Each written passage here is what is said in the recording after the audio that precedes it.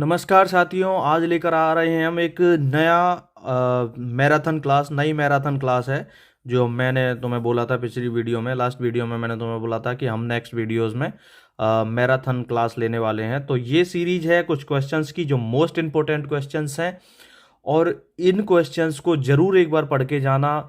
ये लगा लो बिल्कुल पेनेसिया है, रामबाण है तुम्हारे एस्टेट के एग्जाम के लिए। और ये जो मैं नोट्स हैं ये टीएन कॉलेज के नोट्स हैं, टीएन कॉलेज, ठीक है। ये मैं इनमें से तुम्हें कराऊंगा ये, ठीक है भाई। तो ध्यान से बने रहिए वीडियो में, और मोस्ट इंपॉर्टेंट क्वेश्चंस को हम यहाँ पर करने जा रहे हैं। तो शुरू करते हैं साथियों, बिना टाइम गवाए शुरू करते हैं आज का फर्स्ट क्वेश्चन, ठीक है। फर्स्ट क्वेश्चन है, मनोविज्ञान की विषय वस्तु निम्नलिखित में से क्या है? आत्मा है, मनुष्य है, व्यवहार है या मनुष्य है? तो मनोविज्ञान की विषय वस्तु क्या है? व्यवहार है, ठीक है। नेक्स्ट क्वेश्चन, वॉटसन ने मनोविज्ञान की विषय वस्तु को निम्नलिखित में से क्या माना है? उत्तेजना अनुक्रिया, आंतरिक अनुभव, या दोनों, या उपरोक्त में से कोई नहीं? तो ये माना है तुम्हारी उत्तेजना अनुक्रिया, ठीक है। फिर नेक्स्ट क्वेश्चन है, आधुनिक मनोविज्ञान की विषय वस्तु में आंतरिक अनुभव का ज्ञान निम्नलिखित में से किससे होता है? आंतरिक अनुभव का ज्ञान किससे होता है? तो ये मैंने तुम्हें बताया था, अंतर्दर्शनीय रिपोर्ट, ठीक है। ये इसका सही आंसर हो जाएगा। तो इसका सही आंसर क्या हो जाएगा? अंतर्दर्शनीय रिपोर्ट।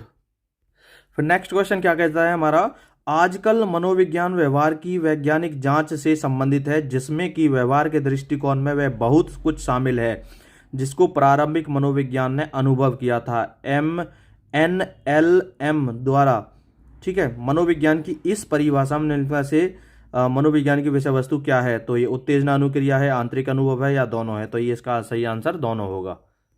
नेक्स्ट क्वेश्चन हमारा कहता है कि मनोविज्ञान परिवेश के संबंध में व्यक्ति की क्रियाओं का वैज्ञानिक अध्ययन है।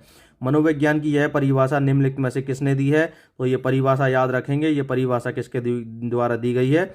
वुडवर्थ के द्वारा, ठीक है। और प्रश्नावली विधि को सर्वप्रथम किसने दिया था? ये भी वुडवर्थ ने दिया था। इस तरीके से इन्हें याद रखेंगे। फिर नेक्स्ट क्वेश्चन हमारा, मनोविज्ञान प्रारंभ में निम्नलिखित में से किस ज्ञान का अंग था? तो ये सबसे पहले दर्शन शास्त्र का अंग था, ठीक है। तो नेक्स्ट क्वेश्चन हमारा कहता है, प्राचीन यूनानी विचारकों के अनुसार मनोविज्ञान निम्नलिखित में से किसका अध्ययन था? तो ये आत्मा का अध्ययन था, ठीक है।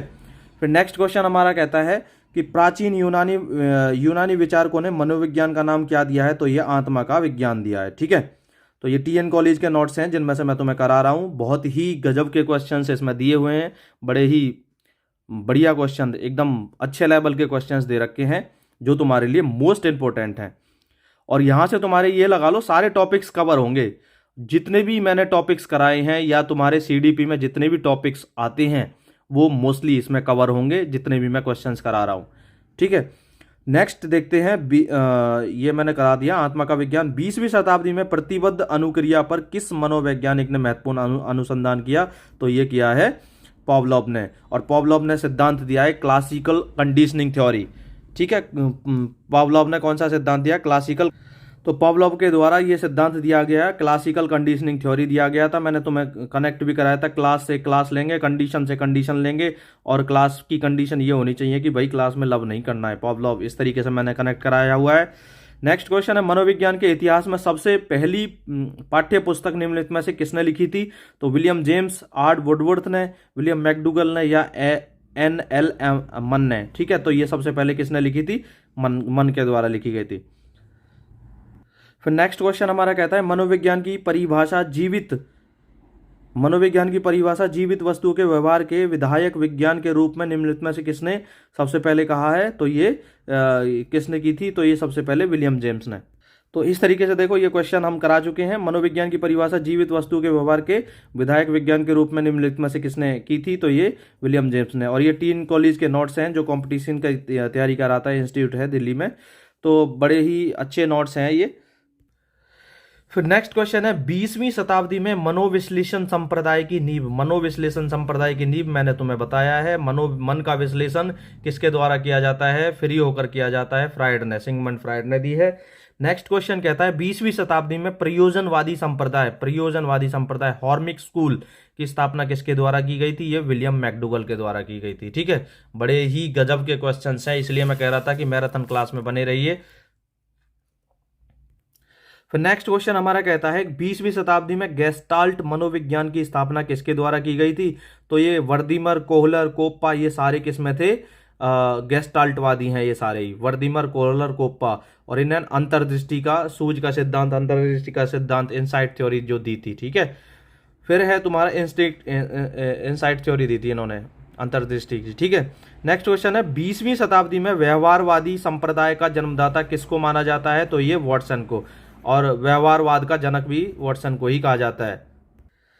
शाब्दिक अर्थों में साइकोलॉजी से तात्पर्य निम्नलिखित में से क्या है? आत्मा का ज्ञान, मन का विज्ञान, या दोनों? तो ये सबसे पहले हम इसे आत्मा का ज्ञान ही कहेंगे, ठीक है। नेक्स्ट, मनोविज्ञान की सर्वोत्तम परिभाषा स्वयं चेतना की अवस्थाओं के वर्णन और व्याख्या के रूप में की जा सकती है, दी जा सकती है। यह कथन निम्नलिखित में से किसका है? तो ये है विलियम जेम्स का, ठीक है। सही आंसर इसका विलियम जेम्स होगा। फिर नेक्स्ट क्वेश्चन हमारा कहता है मनोविज्ञान की प्रकृति निम्नलिखित में से किस प्रकार की है? तो ये दार्शनिक है, कलात्मक है, वैज्ञानिक है, या साहित्यिक है? तो ये वैज्ञानिक प्रकार की प्रकृति है मनोविज्ञान की, ठीक है। नेक्स्ट हमारा मनोविज्ञान में व्यवहार के व्यापक अर्थों में निम्नलिखित में से क्या सम्मिलित है? कर्मेंद्रियों की क्रियाएं, ज्ञानेंद्रिय की क्रियाएं, अनुक्रिया, यंत्र क्रियाएं, तो ये सभी हैं मनोविज्ञान के व्यवहार में, ठीक है। व्यापक अर्थों में कहें तो कर्मेंद्रियों के बारे में भी क्रियाएं हैं, ज्ञानेंद्रियों की, और अनुक्रिया, यंत्र की क्रियाएं। सही आंसर इसका होगा ऑप्शन 4। फिर नेक्स्ट क्वेश्चन हमारा कहता है बाल मनोविज्ञान निम्नलिखित में से किसके व्यवहार का अध्ययन है? तो ये बालक के व्यवहार का है, किशोर के, या प्रौढ़ के, या वृद्ध के? तो ये बालक के व्यवहार का अध्ययन कहा जाता है इसे, ठीक है। फिर है नेक्स्ट, विकासात्मक मनोविज्ञान निम्नलिखित में से किनके व्यवहार का अध्ययन करता है? मनोविज्ञान का शारीरिक पहलू, स्नायु संस्थान, शारीरिक क्रियाएं, या मानसिक क्रियाएं? तो इसका सही आंसर होगा मानसिक क्रियाएं। नेक्स्ट क्वेश्चन हमारा शारीरिक मनोविज्ञान निम्नलिखित में से किसका अध्ययन करता है? तो मनोविज्ञान का शारीरिक पहलू, ठीक है। ये सही इसका आंसर होना चाहिए, ठीक है। स्नायु मंडल, शारीरिक क्रियाएं, मानसिक क्रियाएं, तो मनोविज्ञान का शारीरिक पहलू। नेक्स्ट क्वेश्चन हमारा मनोविज्ञान में अध्ययन की प्रमुख विधियां निम्नलिखित में से कौन सी हैं? निरीक्षण विधि, प्रयोग विधि, अंतर्दर्शन विधि, ये सारी विधियां उपरोक्त सभी। तो ये तीनों प्रकार की विधियां मनोविज्ञान के अध्ययन में महत्वपूर्ण भूमिका निभाती हैं, तो ये तीनों ही इनमें काउंट की जाएंगी। नेक्स्ट क्वेश्चन हमारा कहता है मनोविज्ञान में अध्ययन की सर्वश्रेष्ठ विधि। तो सर्वश्रेष्ठ विधि कौन सी मानी जाती है? निरीक्षण विधि, अंतर्दर्शन विधि, प्रश्नावली विधि, और प्रयोग विधि। तो प्रयोग विधि को सबसे ज्यादा बेस्ट, सबसे सर्वश्रेष्ठ माना जाता है। नेक्स्ट क्वेश्चन हमारा कहता है मनोविज्ञान में अध्ययन की सबसे कम प्रमाणिक विधि निम्नलिखित में से कौन सी है? तो निरीक्षण विधि, प्रयोग विधि, प्रश्नावली विधि, या अंतर्दर्शन। अंतर्दर्शन विधि को कम प्रमाणिक माना जाता है, सबसे कम प्रमाणिक माना जाता है, ठीक है। फिर नेक्स्ट क्वेश्चन हमारा कहता है कि मनोविज्ञान में व्यक्ति की मनोवैज्ञानिक समस्याओं का पता निम्नलिखित में से किस विधि द्वारा लगाया जाता है? तो मनोविज्ञान में व्यक्ति की मनोवैज्ञानिक समस्याओं का, तो ये लगाया जाता है निरीक्षण विधि से, प्रयोग विधि, प्रश्नावली विधि, या जीवन वृत्त विधि। तो ये लगाया जाता है जीवन वृत्त विधि, ठीक है। नेक्स्ट क्वेश्चन हमारा कहता है विश्वविद्यालय अनुदान आयोग, ठीक है, निम्नलिखित में से किसमें मनोविज्ञान का अनुप्रयोग कर रहा है? टेलीविजन, पाठ्यपुस्तकों के सुझाव में, विद्यालयों का अनुदान, या वजीफे? तो ये सबसे जो बेस्ट आंसर इसका होगा वो टेलीविजन। नेक्स्ट है एनसीईआरटी निम्नलिखित में से किसमें मनोविज्ञान का प्रयोग कर रहा है? एनसीईआरटी किसमें कर रहा है? वो पाठ्यपुस्तकों के निर्माण में कर रहा है, ठीक है। पाठ्यपुस्तकों के निर्माण में एनसीईआरटी अपना महत्वपूर्ण योगदान दे रहा है, और एनसीईआरटी की फुल फॉर्म सबको याद होनी चाहिए। तो एनसीईआरटी की होगी national council of educational research and training, ठीक है। National council of education and educational research and training, इस तरीके से इसकी फुल फॉर्म होगी, वो याद रहनी चाहिए, ठीक है। और एक एनसीटीई की होनी चाहिए, और ये होगी तुम्हारी national council of teacher education, NCTE, ठीक है। National council of teacher education, ये याद रखेंगे, national council of teacher education. Next question कहता है हमारा मनोविज्ञान के अनुप्रयोग से पाठ्यपुस्तक में निम्नलिखित में से किस कसौटी को माना जाता है? रुचि और योग्यता को, महत्वाकांक्षा को, आर्थिक स्थिति को, सामाजिक स्थिति को? तो इसका बेस्ट आंसर होगा रुचि और योग्यता को। नेक्स्ट क्वेश्चन हमारा कहता है मनोविज्ञान की दृष्टि से सही अनुशासन निम्नलिखित में से कौन सा है? कठोर अनुशासन, मृदु अनुशासन, आत्मानुशासन, या अनुशासन से मुक्ति? देखो अनुशासन होना बहुत जरूरी है, कठोर भी प्रतिबंध नहीं लगाने चाहिए, ना कमजोर होने चाहिए, और ना अनुशासन से मुक्ति मिलनी चाहिए। तो ये होगा आत्मानुशासन, जो अपने द्वारा खुद बच्चा अपने अंदर से ही जो अनुशासन की उसमें भावना आती है उसको आत्मानुशासन कहेंगे। नेक्स्ट है स्कूल मनोवैज्ञानिक स्कूल में निम्नलिखित में से क्या कार्य करते हैं? अध्यापन, नियंत्रण, निर्देशन, अनुशासन, स्थापना। तो ये निर्देशन सबसे बेस्ट आंसर होगा। नेक्स्ट है विद्यालय में निर्देशन का कार्य निम्नलिखित में से किसका है? तो ये अध्यापक का होता है। अध्यापक, निरीक्षण, निर्देशक या मनोवैज्ञानिक, तो ये निर्देश अध्यापक का होता है। नेक्स्ट क्वेश्चन कहता है हमारा विद्यालय में, ये मैंने करा दिया है, आधुनिक शिक्षा में मनोविज्ञान का प्रयोग अनुप्रयोग निम्नलिखित में से किस पर आधारित है? व्यक्तिगत विभिन्नताओं पर, धर्म पर, वर्ग पर, विद्यालय प्रबंध पर। तो ये होगा व्यक्तिगत विभिन्नताओं पर। ठीक है। अध्यापन के क्षेत्र में मनोविज्ञान की सबसे बड़ी देन निम्नलिखित में से क्या है? तो शिक्षा की खेल प्रणालियां, पाठ्य पुस्तक, अनुशासन, विधिया, दंड का अधिकार। ये होगा सबसे बेस्ट आंसर, शिक्षा की खेल प्रणालियां। नेक्स्ट क्वेश्चन कहता है सीखने की प्रक्रिया में प्रमुख मनोवैज्ञानिक तत्व निम्नलिखित में से कौन सा है? पुरस्कार और दंड की व्यवस्था। ठीक है। सीखने के प्रमुख में कौन सा है?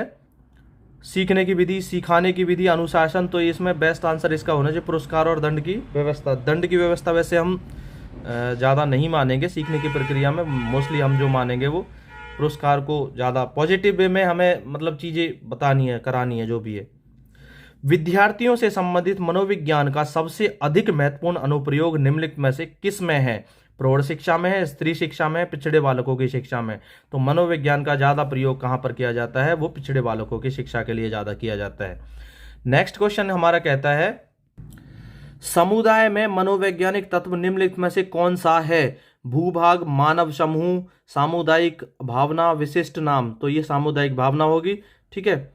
विद्यालयों में सामुदायिक भावना का प्रमुख तत्व निम्नलिखित में से कौन सा है? तो ये हम की भावना होती है। योगदान की भावना, आश्रितता की भावना, उपरोक्त में से कोई नहीं। तो ये हम की भावना होती है।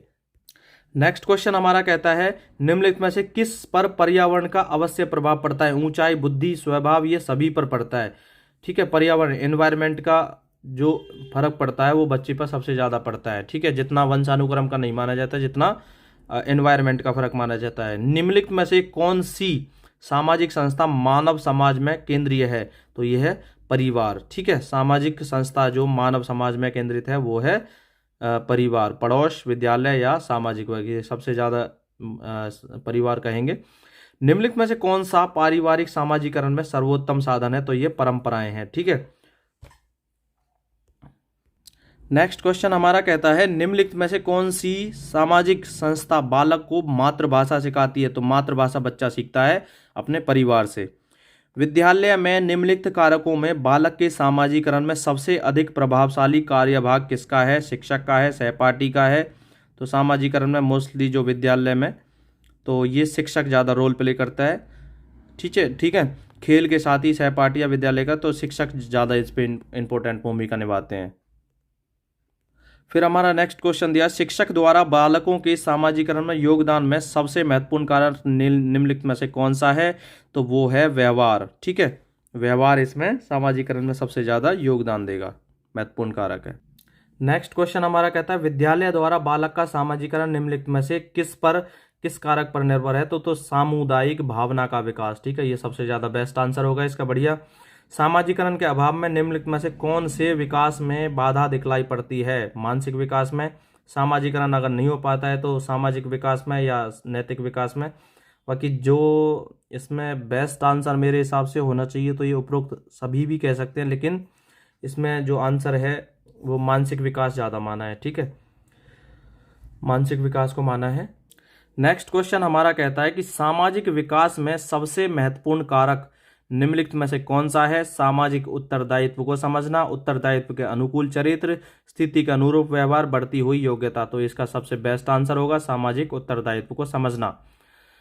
सामाजिकरण की प्रक्रिया में निम्नलिखित में से किस अवस्था सामाजिकरण की प्रक्रिया निम्नलिखित में से किस अवस्था में आरंभ होती है? तो ये शैशवावस्था में ही आरंभ हो जाती है। बाल्यावस्था, युवावस्था या मध्य आयु, तो ये शैशवावस्था में चालू हो जाती है।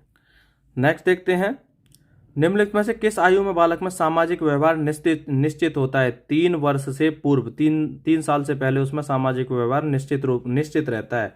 ठीक है। फिर उसके बाद उसमें चेंजेज आने शुरू हो जाते हैं।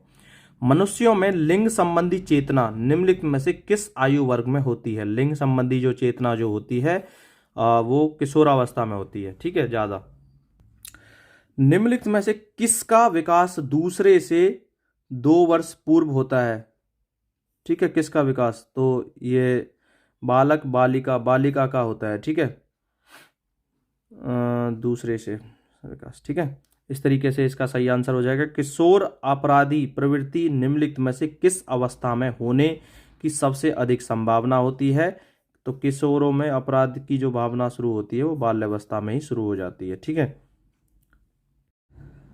नेक्स्ट क्वेश्चन हमारा कहता है, ये बाल्यावस्था मैंने करा दिया है तुम्हें। नेक्स्ट है नेतृत्व के गुणों का सर्वाधिक विकास निम्नलिखित में से किस अवस्था में दिखलाई पड़ता है। तो शैशवावस्था, युवावस्था, बाल्यावस्था। तो नेतृत्व के गुण उसमें कहाँ कब शुरू हो जाते हैं, बाल्यावस्था में शुरू हो जाते हैं। बाल्यावस्था में बालक की स्वामी भक्ति निम्नलिखित में से किसके प्रति सबसे ज्यादा होती है। तो परिवार, विद्यालय, पड़ोस या समूह, अपने समूह के प्रति ज्यादा होती है उसमें। नेक्स्ट है सिगमंड फ्राइड के अनुसार पुत्र में माता के प्रति निम्नलिखित में से कौन सी ग्रंथि होती है। पुत्र का माता के प्रति जो ज्यादा प्यार होता है, लगाव होता है, उसको कौन सी ग्रंथि, मानसिक ग्रंथि होती है, वो कौन सी। तो यह होती है ओडिपस मानसिक ग्रंथि। और इलेक्ट्रा होती है, जो पुत्री होती हैं, लड़कियां होती हैं, उनकी अपने पिता के प्रति इलेक्ट्रा होती है। और ओडिपस होती है, ऑडी मीन्स बेटा अपनी माँ के लिए ऑडी लाने के सपने देखता है, ठीक है, माँ के सामने वो अपनी के ऑडी लाने की सोचता है। इस तरीके से कनेक्ट करना मैंने बताया है तुम्हें। नेक्स्ट क्वेश्चन निम्नलिखित सिगमंड फ्राइड के अनुसार पुत्री में पिता के प्रति, यही क्वेश्चन आ गया नेक्स्ट। तो ये इलेक्ट्रा मानसिक ग्रंथि होगी, ठीक है, ये याद रखेंगे। फिर नेक्स्ट क्वेश्चन हमारा कहता है चिंतन की सबसे बड़ी पहचान निम्नलिखित में से क्या है। विचार, संप्रत्यक्ष, कल्पना या समस्या समाधान। समस्या समाधान इसका सबसे बेस्ट आंसर होगा। मनोविज्ञान में समस्या सुलझाव की प्रक्रिया निम्नलिखित में से कौन सी है। प्रत्यक्षीकरण, कल्पना, स्मृति, चिंतन। ये चिंतन सबसे बेस्ट आंसर होगा। चिंतन में पहला सोपान निम्नलिखित में से कौन सा है। तो ये प्रयत्न और भूल, ठीक है, ठीक है भाई, प्रयत्न और भूल। नेक्स्ट क्वेश्चन हमारा कहता है चिंतन का परिणाम निम्नलिखित में से कौन सा है। प्रयत्न, भूल, विश्लेषण। अच्छा, पहला तो पूछा था ऊपर वाले में और इसमें परिणाम पूछा है, तो ये समस्या सुलझाव इसका सही आंसर होगा। चिंतन का परिणाम लिखने में से कौन सा है, ठीक है, ये समस्या सुलझाव होगा। मानव चिंतन में तर्क का आरंभ निम्नलिखित में से किस आयु वर्ग में होता है। तो ये बाल्यावस्था में हो जाता है, ठीक है। तर्क का कब से शुरू हो जाता है, बाल्यावस्था से। नेक्स्ट क्वेश्चन हमारा कहता है किस मनोवैज्ञानिक प्रक्रिया द्वारा मानव शिशु एक सामाजिक इकाई के रूप में परिवर्तित होता है। प्रत्यक्षीकरण, प्रेरणा, चिंतन या सामाजिकरण। सामाजिकरण इसका बेस्ट आंसर है। सामाजिकरण कैसी प्रक्रिया है, सामाजिकरण है अंतःक्रियात्मक, ठीक है। नेक्स्ट दिया है फिर है सामाजिकरण द्वारा मानव शिशु कैसा व्यवहार करता है, अपनी इच्छानुसार, ईश्वर की इच्छानुसार या समाज की प्रत्याशा के अनुसार, ठीक है। तो ये समाज की प्रत्याशा के अनुसार सही आंसर इसका है। नेक्स्ट है सामाजिकरण के लिए क्या क्या अति आवश्यक है। प्रारंभिक सामाजिक संपर्क, परवर्ती सामाजिक संपर्क, उच्च जाति में जन्म, या ये इसका बेस्ट आंसर होगा प्रारंभिक सामाजिक संपर्क, ठीक है। सामाजिकरण के लिए जब बच्चा शुरुआत में सामाजिक लोगों के संपर्क में आता है। नेक्स्ट हमारा क्वेश्चन कहता है सामाजिकरण किस प्रकार के प्रकारियों को प्रोत्साहित करता है। तो साहस के साथ कार्य करने को, स्नेह के साथ कार्य करने को, सम्यक उचित रूप से कार्य करने को, ये इसको बेस्ट आंसर कहेंगे। निम्नलिखित में से कौन सा कारक तत्व सामाजिकरण का महत्वपूर्ण प्रभाव है। आनुवांशिकता, प्राकृतिक कारक, रीति रिवाज और परंपराएं, ये इसका बेस्ट आंसर होगा। मानव के सामान्य सामाजिक एवं मानसिक विकास के लिए कौन सी अवधि अपेक्षाकृत अधिक महत्वपूर्ण है। 8 से 10 वर्ष, 10 से 15, जन्म से 5। जन्म से 5 सामाजिक और मानसिक विकास के लिए अति महत्वपूर्ण मानी जाती है। बालक एवं बालिकाओं का सामाजिकरण अलग अलग क्यों होता है। शारीरिक बनावट में अंतर के कारण, ईश्वरीय रचना के कारण, दोनों से अलग अलग भूमिका प्रत्याशा के कारण, ये इसका बेस्ट आंसर होगा, ठीक है। बालक को सामाजिक एवं सांस्कृतिक संसार में परिचय कराने वाली प्रक्रिया को किस नाम से जाना जाता है। सामाजिकरण, सामाजिक अनुरूपता, संज्ञान, सामाजिकरण या अंतर्वैयक्तिक आकर्षण। तो सही आंसर इसका सामाजिकरण होगा। निम्नलिखित में से सामाजिकरण कहाँ पर होता है? कहाँ होता है? परिवार में, विद्यालय में, मित्र समूह में, उपरोक्त सभी। तो इसका सही आंसर उपरोक्त सभी होगा, क्योंकि सामाजिकरण की प्रक्रिया परिवार से शुरू होकर के विद्यालय, फिर मित्र समूह, ये सारी चीज़ों में बिल्कुल काउंट होंगे ये। हमारे देश में सामाजिकरण प्रतिरूप में तेजी से परिवर्तन मुख्यतः किस कारण से हो रहा है? जनसंख्या में वृद्धि के कारण, आर्थिक स्तर में परिवर्तन के कारण, जन माध्यम के विस्तार के कारण, या सांप्रदायिकता में वृद्धि के कारण।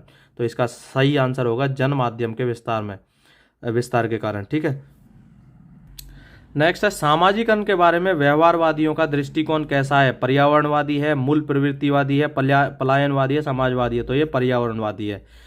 प्याजे समर्थकों ने सामाजिकरण प्रक्रिया का निर्णायक कारक क्रूशियल फैक्टर किस को माना है? संज्ञानात्मक संरचना को माना है, क्योंकि प्याजे ने संज्ञानात्मक बच्चे के संज्ञानात्मक विकास के बारे में ही बताया है। ठीक है, सामाजिकरण द्वारा व्यक्ति वास्तव में किसे प्रत्यक्षित करना सीखता है? समाज को, दूसरों को, स्वयं को। तो स्वयं को। ठीक है, बड़ा भाई छोटे के लिए और सीनियर विद्यार्थी जूनियर के लिए मनोवैज्ञानिक रूप में क्या होता है? ये मॉडल होता है। ठीक है, क्या होता है? मॉडल होता है। वो उसी को मतलब अपने रोल मॉडल के रूप में देखते हैं कि मेरे को ऐसा बनना है, मेरा बड़ा भाई ये है, मतलब इस तरीके से। बुद्धि की प्रकृति में निम्नलिखित में से कौन कौन सी विशेषताएं सम्मिलित हैं? नई परिस्थिति से अभियोजनशीलता, गत अनुभव से लाभ उठाने की योग्यता, अमूर्त चिंतन की योग्यता, ये सभी। इसका राइट आंसर होगा फोर्थ, उपरोक्त सभी। नेक्स्ट क्वेश्चन दिया बुद्धि की प्रकृति के विषय में द्वैशक्ति सिद्धांत। ठीक है, तो इसको द्वैशक्ति सिद्धांत क्या कहेंगे? निम्नलिखित में से किसने उपस्थित किया? विक्टोरिया हेजलिस्ट ने, थॉर्नडाइक ने, स्टेफन ब्राउन ने। तो ये द्विकारक जो सिद्धांत है स्पीयरमैन के द्वारा दिया गया। ठीक है, चार्ल्स स्पीयरमैन बुद्धि की प्रकृति को लेकर निम्नलिखित में से कौन सा सिद्धांत मानता है? एक शक्ति, द्वैशक्ति। तो ये द्विशक्ति वाला मानते हैं। कौन? स्पीयरमैन। निम्नलिखित में से कौन सा सिद्धांत बुद्धि में दो कारक मानता है? तो मैंने बता दिया है, जो स्पीयरमैन ने दिए हैं, द्विकारक सिद्धांत, ये द्वैशक्ति कारक सिद्धांत। ठीक है, ये किसके द्वारा दिया गया है? ये स्पीयरमैन के द्वारा दिया गया। ठीक है, नेक्स्ट क्वेश्चन, निम्नलिखित में से कौन सा सिद्धांत बुद्धि में अनेक मैंने बताया था तुम्हें, बहुशक्ति का। ठीक है, बहुशक्ति का सिद्धांत, ये किसके द्वारा दिया गया? बहुकारक सिद्धांत भी कहेंगे। तो ये इसका राइट आंसर होगा, अनेक कारक जो मानता है। ठीक है, तो मैंने तुम्हें ये कनेक्ट भी कराया था, बहुबुद्धि का सिद्धांत भी इस तरीके से कह देते हैं इसे। और ये बहु की बुद्धि, जैसे मैंने कनेक्ट करके बताया था, बहु की बुद्धि गार्डनर, मैंने गार्डन से कनेक्ट करके बताया था कि बहु की बुद्धि ज़्यादा कहाँ? गार्डन में ज़्यादा रहती है। ठीक है, गार्डन की तरफ। इस तरीके से स्पीयरमैन के अनुसार बुद्धि के निम्नलिखित प्रकारों में से कौन सी सबसे मिलती है? सामान्य बुद्धि, विशिष्ट बुद्धि, या दोनों? तो ये दोनों होंगी। ठीक है, स्पीयरमैन के अनुसार बुद्धि के निम्नलिखित प्रकारों में से कौन सी व्यक्ति की विशेषता दिखलाती है? तो ये विशिष्ट बुद्धि इसका सही आंसर होगा। व्यक्ति की बुद्धिमत्ता बुद्धि के किस प्रकार पर निर्भर है? तो व्यक्ति की बुद्धिमत्ता जो होती है सामान्य बुद्धि पर निर्भर है। ठीक है, नेक्स्ट क्वेश्चन कहता है व्यक्ति की विशेष योग्यता बुद्धि। तो ये विशिष्ट बुद्धि पर, विशेष योग्यता है तो विशिष्ट बुद्धि पर, और सामान्य है तो सामान्य बुद्धि। ठीक है, बौद्धिक विकास को प्रभावित करने वाले निम्नलिखित कारकों में से सबसे अधिक महत्वपूर्ण कारक कौन सा है?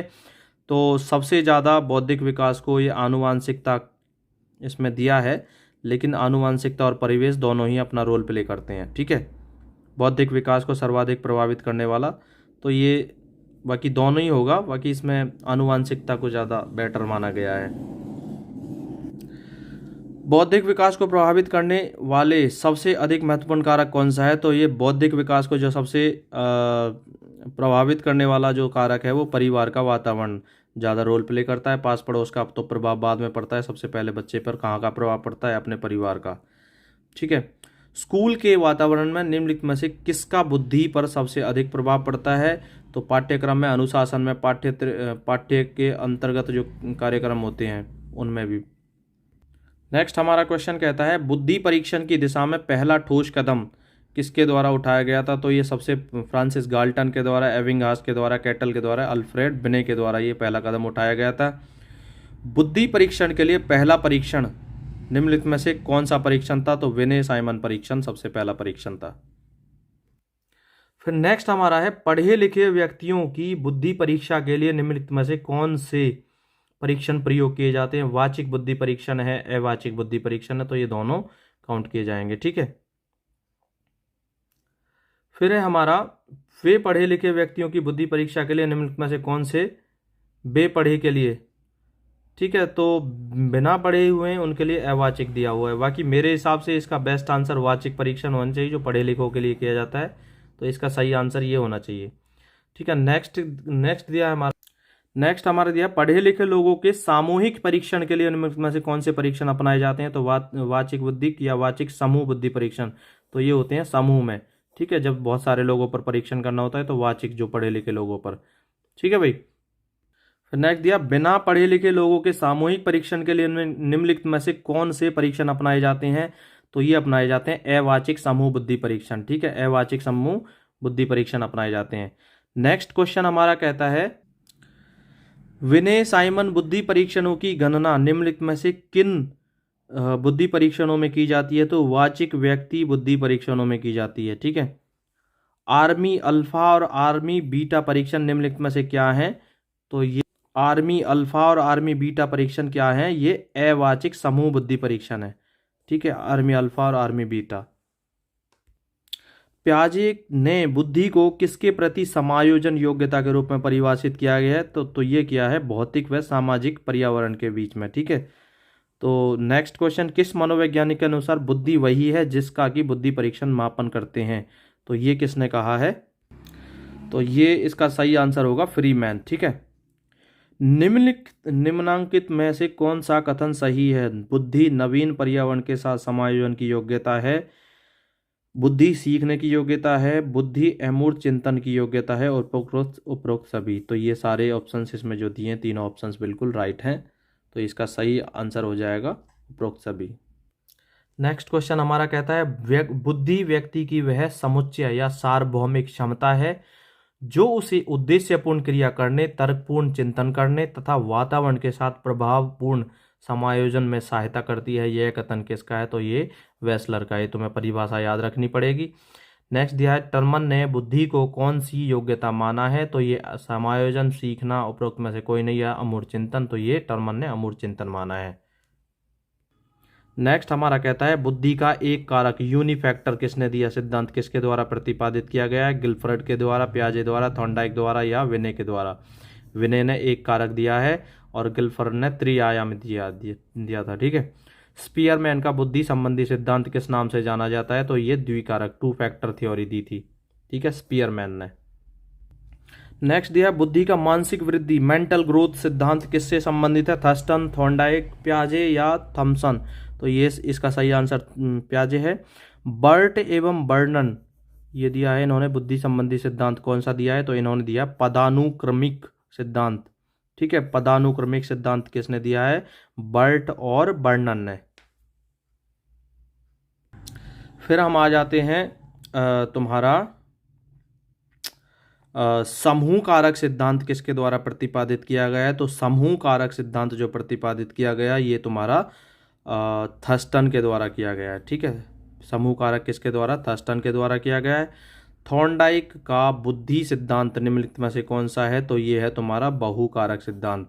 बहुकारक मैंने बताया था, बहुकार में किसकी में जाना चाहती है, थॉर्नडाइक की में। और बहुबुद्धि का सिद्धांत किसने दिया था, बहु की बुद्धि कहाँ रहती है, गार्डन में। तो बहुबुद्धि को ध्यान रखेंगे, गार्डन से, गार्डनर से कनेक्ट करेंगे। और थॉर्नडाइक की कार में कौन जाना चाहती है, बहु कार में जाना चाहती है किसकी, थॉर्नडाइक की। इस तरीके से कनेक्ट करना बताया था। नेक्स्ट है बुद्धि का प्रतिदर्श सिद्धांत सैम्पलिंग थ्योरी किसके द्वारा निर्मित है, स्टर्न, जालोटा या थॉमसन, गिलफर्ड, तो ये थॉमसन के द्वारा है। गिलफर्ड का बुद्धि संबंधी सिद्धांत, तो गिलफोर्ड ने कौन सा सिद्धांत दिया है, त्रिआयाम बुद्धि का। ठीक है, त्रिआयाम सिद्धांत दिया है बुद्धि का। और प्रतिदर्श दिया है थॉमसन ने। इस तरीके से इन सिद्धांतों को याद कर लेना, बहुत ही इंपॉर्टेंट है ये। फिर नेक्स्ट कहता है स्पीयरमैन ने बुद्धि में किन दो कारकों को सम्मिलित किया है, तो ये सामान्य और विशिष्ट दो कारकों को इसमें सम्मिलित किया गया है स्पीयरमैन के द्वारा। ठीक है, तो द्विकारक सिद्धांत भी स्पीयरमैन के द्वारा दिया गया था और एक कारक दिया गया था विनय के द्वारा। नेक्स्ट दिया है किस मनोवैज्ञानिक ने कारक विश्लेषण फैक्टर एनालिसिस के आधार पर बुद्धि सिद्धांत का विवेचन किया, विनय, थर्स्टन, स्पीयरमैन, तो इनके आंसर ये सारे ही होंगे। ठीक है, क्योंकि इन सब ने कहा था, और यहाँ सभी ऑप्शन ज़्यादा सूटेबल रहेगा। ये प्याजे यहाँ गलत दिया है ऑप्शन, इस तरीके से सभी, उपरोक्त सभी होना चाहिए इसका। बुद्धि मॉडल की संरचना, स्ट्रक्चर ऑफ इंटेलेक्ट मॉडल किसके द्वारा प्रस्तुत की गई है? स्पीयरमैन, प्याजे, गिलफर्ड के द्वारा। ठीक है, गिलफर्ड ने ये दिया है बुद्धि मॉडल की संरचना, structure of intellect model. Next question हमारा कहता है कि निम्नलिखित में से किस मनोवैज्ञानिक का बुद्धि सिद्धांत विचार विशेषतः विकासात्मक पक्ष से संबंधित है? तो ये थॉमसन, विने, थर्स्टन या प्याजे। तो ये इसका है प्याजे। ठीक है, अधिकांश मनोवैज्ञानिकों के अनुसार बुद्धि का विकास कब तक होता है? तो ये 12 वर्ष तक मानते हैं मोस्टली जो मनोवैज्ञानिक है। फिर दिया है प्याजे के अनुसार बौद्धिक विकास में आत्मसातीकरण, एसिमिलेशन एवं कौन सी अनुक्रिया महत्वपूर्ण होती हैं, और दूसरी कौन सी होती है? एक तो एसिमिलेशन बताया था, आत्मसातीकरण, और दूसरी बताइए समंजन, जिसको अकोमोडेशन कहते हैं। ये दोनों जो ये वर्डिंग दी हैं, ये दोनों इंपॉर्टेंट है। ठीक है, ये प्याजे के द्वारा दी गई हैं, और प्याजे ने संज्ञानात्मक विकास की 4 अवस्थाएं बताई हैं, जो मैं तुम्हें पिछली वीडियोस में करा चुका हूं। तो अगर पिछली वीडियोस तुमने नहीं देखी हैं तो वहां से जा करके तुम वो सारी वीडियोस देख सकते हो, प्लेलिस्ट से चेक करके। नेक्स्ट दिया है प्याजे के बौद्धिक विकास से पूर्व संप्रत्यात्मक चरण, प्री कंसेप्शुअल फेज की अवधि पीरियड क्या होती है? ये 2 से 4 वर्ष बताया है। ठीक है, फिर नेक्स्ट है प्याजे की मूर्त संक्रियाओं, कॉन्क्रीट ऑपरेशंस का स्तर फेज किस अवधि तक माना जाए? ये 7 से 11 माना गया है। बाकी हम जो ऊपर वाला है 2 से जो 4 बताया है ना, ये मेरे हिसाब से 2 से 7 वर्ष होना चाहिए। ठीक है, 2 से 7 जो होती है प्री कंसेप्शुअल फेज होता है, उसके बाद फिर ये जो मूर्त वाली चालू हो जाती है, तो ये 7 से 11 वर्ष ये मानी जाएगी। ठीक है, नेक्स्ट कहता है प्याजे के संज्ञानात्मक या बौद्धिक विकास का प्रथम चरण कौन सा है? तो ये संवेदी गतिशील स्तर। ठीक है, sensory motor stage, motor phase, ये सबसे पहली स्टेज है जो प्याजे ने दी है। प्याजे के बौद्धिक विकास का अंतिम चरण ये औपचारिक संक्रियात्मक अवस्था है। ठीक है, सबसे लास्ट वाला ये दिया हुआ है, और ये सेकंड वाला है, ये फोर्थ वाला है, ये थर्ड वाला है। इस तरीके से इन स्टेजेस को याद रखेंगे। और ये जो अभी मैंने फर्स्ट वाला सेंसरी मोटर फेज, वो सबसे पहला था। ठीक है, प्रथम चरण था सेंसरी मोटर स्टेज, जिसको संवेदी गतिशील स्तर कहेंगे। नेक्स्ट क्वेश्चन कहता है हमारा प्याजे के बौद्धिक विकास में 4 से 7 वर्ष की अवस्था ये कह सकते हैं, लेकिन थोड़ा सा इसमें स्टेजेस थोड़ी अलग उसमें अंदर भी दी हुई। अंतः प्रज्ञात्मक चिंतन के स्तर को कहा जाता है। ठीक है, ये याद रख लेना। नेक्स्ट क्वेश्चन हमारा कहता है बुद्धि का वैज्ञानिक मापन सर्वप्रथम किसके द्वारा किया गया था? ये तो विनय के द्वारा किया गया था। मनोवैज्ञानिक विनय किस देश का था? तो ये फ्रांस का था। ठीक है, सर्वप्रथम बुद्धि परीक्षण का निर्माण कब किया गया था? 1905 में किया गया था। और बुद्धि परीक्षणों में मानसिक आयु, ठीक है, ये यहाँ पर थोड़ा सा वैसे दिया है कि मानसिक आयु जो है सर्वप्रथम कब किया गया था परीक्षण जो भी था मानसिक आयु पर? तो ये सबसे पहले 1908 दिया हुआ है इसका। ठीक है, 1908 के विनय साइमन बुद्धि परीक्षण द्वारा किस आयु वर्ग के बालकों की बुद्धि की परीक्षा की गई? तो ये 3 से 13 वर्ष। ठीक है, स्टैनफोर्ड विनय परीक्षण 1916 किसके द्वारा निर्मित किया गया? तो ये जब नाम दिख रहा है, ठीक है, स्टैनफोर्ड विनय परीक्षण 1916, तो ये टर्मन के द्वारा किया गया था। और टर्मन के द्वारा ही IQ निकालने का फॉर्मूला दिया गया था, MA/CA/100। ठीक है भाई, और जब तक वो MA/CA था तब तक वो फॉर्मूला किसके द्वारा दिया गया था? स्टर्न के द्वारा। ये भी याद रखना, मैंने बताया है। और जब उसमें 100 मल्टीप्लाई हो जाता है तो फिर वो किसके द्वारा दिया गया? टर्मन के द्वारा। इस तरीके से मैंने याद करना बताया था तुम्हें। ठीक है भाई, तो ये 1916 में स्टैनफोर्ड विनय परीक्षण 1916 किसके द्वारा निर्मित किया गया? ये टर्मन के द्वारा निर्मित किया गया। नेक्स्ट 1937 में संशोधित स्टैनफोर्ड विनय परीक्षण अन्य किस नाम से जाना जाता है? तो ये दोनों ने, टर्मन और मेरिल ने, दोनों ने मिलकर किया, इसलिए इसको टर्मन मेरिल बुद्धि परीक्षण कहा जाता है। विनय साइमन बुद्धि परीक्षण किस अवस्था का प्रकार है? किस प्रकार का बुद्धि परीक्षण किस प्रकार का है? तो ये वैयक्तिक शाब्दिक है, इंडिविजुअल वर्बल है। ठीक है, नेक्स्ट क्वेश्चन हमारा कहता है ऐसे बुद्धि परीक्षण किस नाम से जाने जाते हैं जिनमें भाषा का प्रयोग किया जाता है? जो शाब्दिक बुद्धि परीक्षण होते हैं, वर्बल इंटेलिजेंस टेस्ट होते हैं। ठीक है, शाब्दिक वाले होते हैं तुम्हारे जिनमें भाषा का प्रयोग किया जाता है, और अशाब्दिक में किसी भाषा का प्रयोग इस तरीके से नहीं किया जाता है।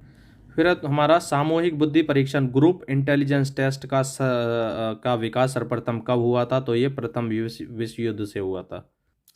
नेक्स्ट है, ऐसे बुद्धि परीक्षण को किस नाम से जाना जाता है जिनमें लकड़ी के गुटकों इत्यादि का प्रयोग करके बुद्धि परीक्षण किया जाता है? तो निष्पादन परीक्षण होगा, परफॉर्मेंस टेस्ट होगा। ठीक है, ड्रॉ ए मैन टेस्ट ये जो होता है वो किसके द्वारा निर्मित किया गया है? तो ये गुडेनफ के द्वारा। इंपॉर्टेंट क्वेश्चन है, याद रखना इसे। तो ये ड्रॉ ए मैन टेस्ट परीक्षण जो होता है, ड्रॉ ए मैन टेस्ट या ड्रॉ ए मैन परीक्षण जो ये दिया गया था, ये गुडेनफ के द्वारा दिया गया। अलेक्जेंडर का निष्पादन बुद्धि परीक्षण किस नाम से जाना जाता है? तो ये जाना जाता है पास एलोंग परीक्षण, पास एलोंग परीक्षण। ठीक है, अलेक्जेंडर का, ये याद रखना, इंपॉर्टेंट है ये भी। ठीक है, नेक्स्ट क्वेश्चन कहता है पूर्ति गणित शब्द भंडार तथा निर्देश, completion, arithmetic, vocabulary and direction, CAVD परीक्षण बुद्धि का प्रतिपादक कौन है? तो इसको याद रखेंगे। तो ये है तुम्हारा CAVD जो मैं बता रहा हूँ। बुद्धि पूर्ति गणित इस तरीके से दिए हैं, कंप्लीशन, अर्थमेटिक, C से कंप्लीशन, A से अर्थमेटिक, V से वोकेबलरी और D से डायरेक्शन। ये इस बुद्धि परीक्षण का प्रतिपादक कौन है? ये थॉर्नडाइक है। ठीक है, आर्मी बीटा किस प्रकार का परीक्षण है? आर्मी बीटा किस प्रकार का है? सामूहिक शाब्दिक परीक्षण है। नेक्स्ट क्वेश्चन हमारा कहता है प्रोग्रेसिव मैट्रिसेस बुद्धि का परीक्षण का निर्माण किसने किया? तो ये रेबन के द्वारा किया गया है। फिर तुम्हारा ये मैंने बता दिया प्रोग्रेसिव मैट्रिसेस, तो ये परीक्षण का निर्माण किसने किया? रेबन ने। व्यक्ति की वह योग्यता या शक्ति कौन सी है जिसके द्वारा वह नवीन रचना या उत्पादन करता है? स्मृति, बुद्धि, सृजनात्मकता। तो इसका सही आंसर सृजनात्मकता होगा। नेक्स्ट, निम्नलिखित में से कौन सा कथन सत्य है? सृजनात्मकता एक योग्यता है, सृजनात्मकता अनोखी यूनिक होती है, सृजनात्मकता व्यक्ति और समाज के लिए लाभप्रद होती है। ये बिल्कुल चार ऑप्शन सही होंगे इसके। अधिगम की प्रक्रिया में निम्नलिखित में से कौन सी विशेषताएं होती हैं? व्यवहार में परिवर्तन होता है, बिल्कुल ठीक है, परिपक्वन से नहीं अर्जित। ठीक है, इस तरीके से इसके सारे ऑप्शन सही होंगे। बाकी अधिगम की प्रक्रिया की विशेषताएं ये सभी में काउंट की जा सकती हैं और व्यवहार में परिवर्तन जो होता है वो अधिगम ही होता है। नेक्स्ट क्वेश्चन हमारा कहता है अधिगम के निम्नलिखित कारकों में महत्वपूर्ण कारक कौन से हैं? तो मनोवैज्ञानिक, शारीरिक, भौतिक या उपरोक्त सभी। तो उपरोक्त सभी इसका आंसर होगा। अधिगम के मनोवैज्ञानिक कारकों में महत्वपूर्ण कारक कौन सा है? तो ये सामान्यीकरण। कौन से हैं सामान्यीकरण वाले? अधिगम के निम्नलिखित मनोवैज्ञानिक कारकों में बाधक कारक कौन से हैं? सामान्यीकरण, सुगमता, दमन, भेदीकरण। तो ये दमन इसका बेस्ट आंसर होगा। अधिगम के निम्नलिखित मनोवैज्ञानिक कारकों में सबसे अधिक महत्वपूर्ण कारक कौन सा है? सामान्यीकरण का। ठीक है, ये मैं बता दिया अभी। फिर नेक्स्ट दिया निम्नलिखित में से किस शारीरिक कारक का सीखने पर अनुकूल प्रभाव पड़ता है? पॉजिटिव, अनुकूल उसके लिए सही पड़ता है। थकान, नशा, रोग, ये तो बिल्कुल नेगेटिव इफेक्ट्स हैं। तो अनुकूल कौन सा होगा? परिपक्वता। ये प्रतिकूल होंगे सारे। ठीक है, जो दिए हैं। नेक्स्ट है निम्नलिखित में से किस शारीरिक कारक का सीखने पर सबसे कम प्रभाव पड़ता है? तो सीखने पर सबसे कम प्रभाव किसका पड़ेगा? ये भी परिपक्वता दिया है। नेक्स्ट, निम्नलिखित में से किस शारीरिक कारक के कारण सीखना असंभव है? ठीक है, तो ये परिपक्वता के कारण। अन्य व्यक्तियों के जैसे हूबहू व्यवहार निम्नलिखित में से क्या है? ये अनुकरण होता है। सीखने की सरलतम विधि निम्नलिखित में से कौन सी है? तो ये अनुकरण विधि जो होती है सबसे सीखने की सरलतम विधि होती है। पशु अधिगम में निम्नलिखित में से कौन सी विधि सबसे अधिक प्रयोग की जाती है? तो ये अनुबंधन। ठीक है, नेक्स्ट दिया है क्लासिकी अनुबंधन, जैसे क्लासिकल कंडीशनिंग थ्योरी निम्नलिखित में से किस नाम से जाना जाता है? तो ये पॉवलोव के द्वारा की गई है। ठीक है, पॉवलोव के मैंने कनेक्ट करके बताया, क्लास की कंडीशन लव नहीं करना होता है। पॉवलोव के क्लासिकल अनुबंधन के प्रयोग निम्नलिखित में से किस पर किए गए? तो इन्होंने कुत्ते पर प्रयोग किया। नेक्स्ट दिया निम्नलिखित में से किस मनोवैज्ञानिक ने नवजात शिशुओं में अनुबंधन पर प्रयोग किया? ये क्रोनगोरस्की ने। इतना इंपॉर्टेंट क्वेश्चन ये है नहीं। निम्नलिखित में से किस मनोवैज्ञानिक ने वयस्क व्यक्तियों में अनुबंधन पर प्रयोग किया? लेसले ने किया। ये भी इतना खास क्वेश्चन नहीं है।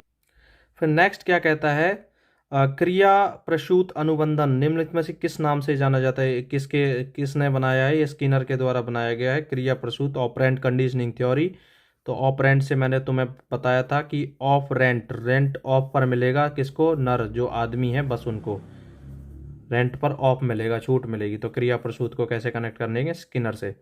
ठीक है भाई। क्रिया प्रसूत अनुबंधन में क्रिया की प्रेरणा निम्नलिखित में से किससे मिलती है? तो ये संपोषक, इसका सही आंसर होगा। नेक्स्ट क्वेश्चन हमारा कहता है निम्नलिखित में से किस अधिगम प्रणाली का प्रयोग व्यवहार चिकित्सा में होता है? तो ये क्रिया प्रसूत अनुबंधन, ऑपरेंट कंडीशनिंग थ्योरी जो होती है स्किनर के द्वारा दी गई। ठीक है। स्किनर बॉक्स की सहायता से निम्नलिखित में से किस प्रकार के अधिगम पर प्रयोग किए जाते हैं? तो क्रिया प्रसूत मैंने बताया है तुम्हें। नेक्स्ट क्वेश्चन कहता है हमारा अधिगम की प्रयत्न और भूल विधि में निम्नलिखित में से किसने सबसे पहले प्रयोग किए? तो ये थॉर्नडाइक ने किए, जिसको ट्रायल एंड एरर मेथड कहा जाता है। अधिगम का trial and error method, learning का। तो ये थॉर्नडाइक के द्वारा दिया गया। अधिगम के प्रयत्न और भूल विधि में सबसे अधिक महत्वपूर्ण कारक निम्नलिखित में से कौन सा है? तो वो प्रेरणा होता है। निम्नलिखित में से किस मनोवैज्ञानिक संप्रदाय ने अंतर्दृष्टि द्वारा अधिगम को विशेष महत्व दिया है? व्यवहारवाद, मनोविश्लेषण, गेस्टाल्ट संप्रदाय। तो इसका सही आंसर गेस्टाल्ट संप्रदाय होगा। अंतर्दृष्टि गेस्टाल्टवादियों ने दिया। ठीक है।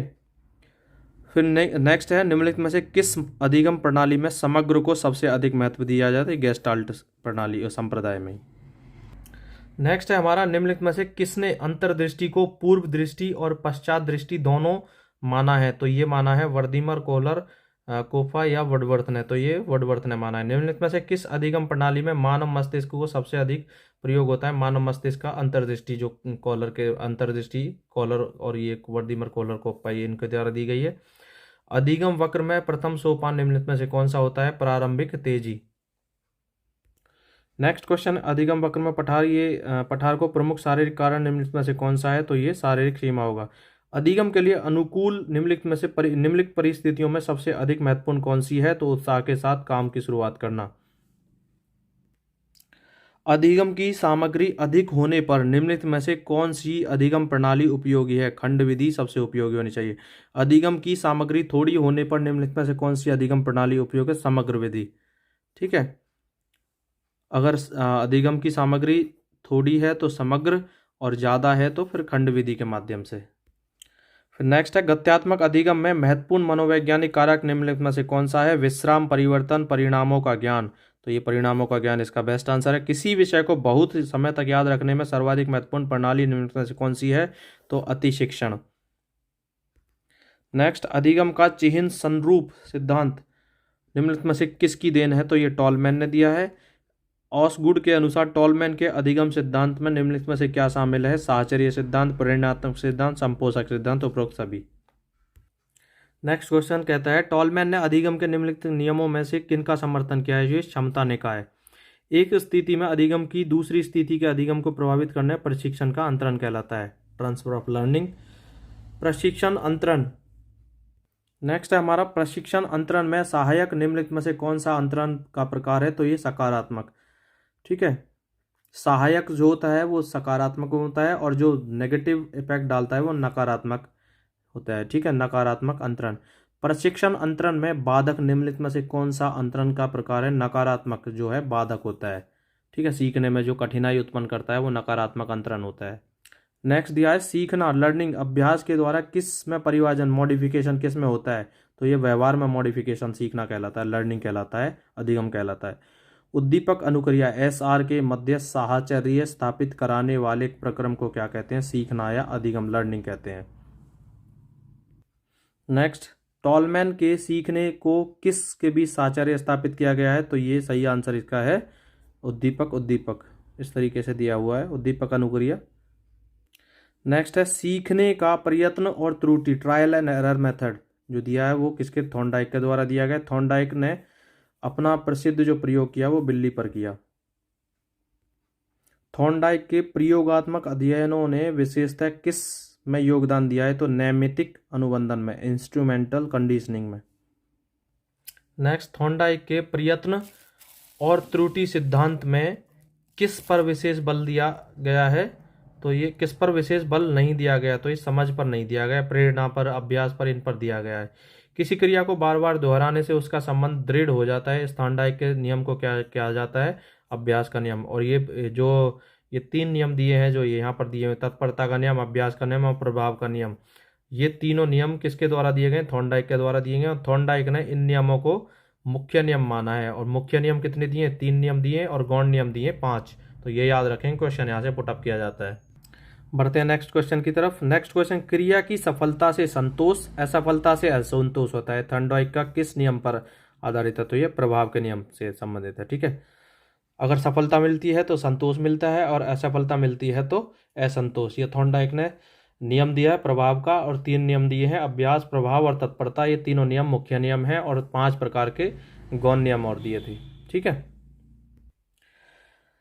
जिस क्रिया से प्राणी को संतोष प्राप्त होता है उसका परिस्थिति अनुक्रिया संबंध की शक्ति पर क्या प्रभाव पड़ता है? ठीक है, उसकी अनुक्रिया शक्ति क्या होती है? परिस्थिति अनुक्रिया संबंध शक्ति क्या होती है? बढ़ जाती है। थॉर्नडाइक के संशोधित प्रभाव के नियम के अनुसार क्या सही है? तो इसका सही आंसर होगा पुरस्कार का विधेयात्मक पॉजिटिव इफेक्ट पड़ता है। ठीक है, शक्तिशाली होता है। नेक्स्ट है, सीखने का अंतर्दृष्टि सिद्धांत किसकी देन है? तो ये सीखने का अंतर्दृष्टि सिद्धांत किसकी देन है? गेस्टाल्टवादियों की। वर्दीमर, कोहलर, कोप्पा गेस्टाल्टवादी कहलाते हैं। अंतर्दृष्टि सिद्धांत, अब देखो अंतर्दृष्टि सिद्धांत, ये इनसाइट जो थ्योरी दी है का प्रवर्तक किसे माना जाता है? ठीक है, थ्योरी दी किसने? गेस्टाल्टवादियों ने। और इसका प्रवर्तक किसको माना जाता है? वो माना जाता है कोहलर को। इंपॉर्टेंट, बड़ा ही जबरदस्त क्वेश्चन है, बहुत ही इंपॉर्टेंट क्वेश्चन है ये, और मे भी हो सकता है इस बार के टीजीटी, पीजीटी, प्राइमरी किसी भी एक एग्जाम में ये देखने को तुम्हें मिल जाएगा, पक्का मिलेगा ये क्वेश्चन, मेरे को लग रहा है ऐसा। कोहलर ने अपना जो प्रसिद्ध जो प्रयोग किया था वो किया था वन मानुस, चिंपैंजी पर किया था। ठीक है, तो साथियों आज के लिए हम 200 क्वेश्चंस कंप्लीट किए हैं हमने, और रहते हैं अभी कुछ क्वेश्चंस इसमें और बचते हैं, तो वो मैं तुम्हें नेक्स्ट सीरीज में कराऊंगा। तो साथियों आज के लिए बस इतना ही। Thank you so much. और इसी तरीके से वीडियोस को लाइक करते रहिए, शेयर करते रहिए और सब्सक्राइब चैनल को करते रहिए। और अपने साथियों, दोस्तों, जितने भी तुम्हारे रिश्तेदार हैं उनके साथ में इस वीडियोस को शेयर करते रहिए, चैनल को सब्सक्राइब करते रहिए। ठीक है साथियों, आज के लिए बस इतना ही। Thank you so much.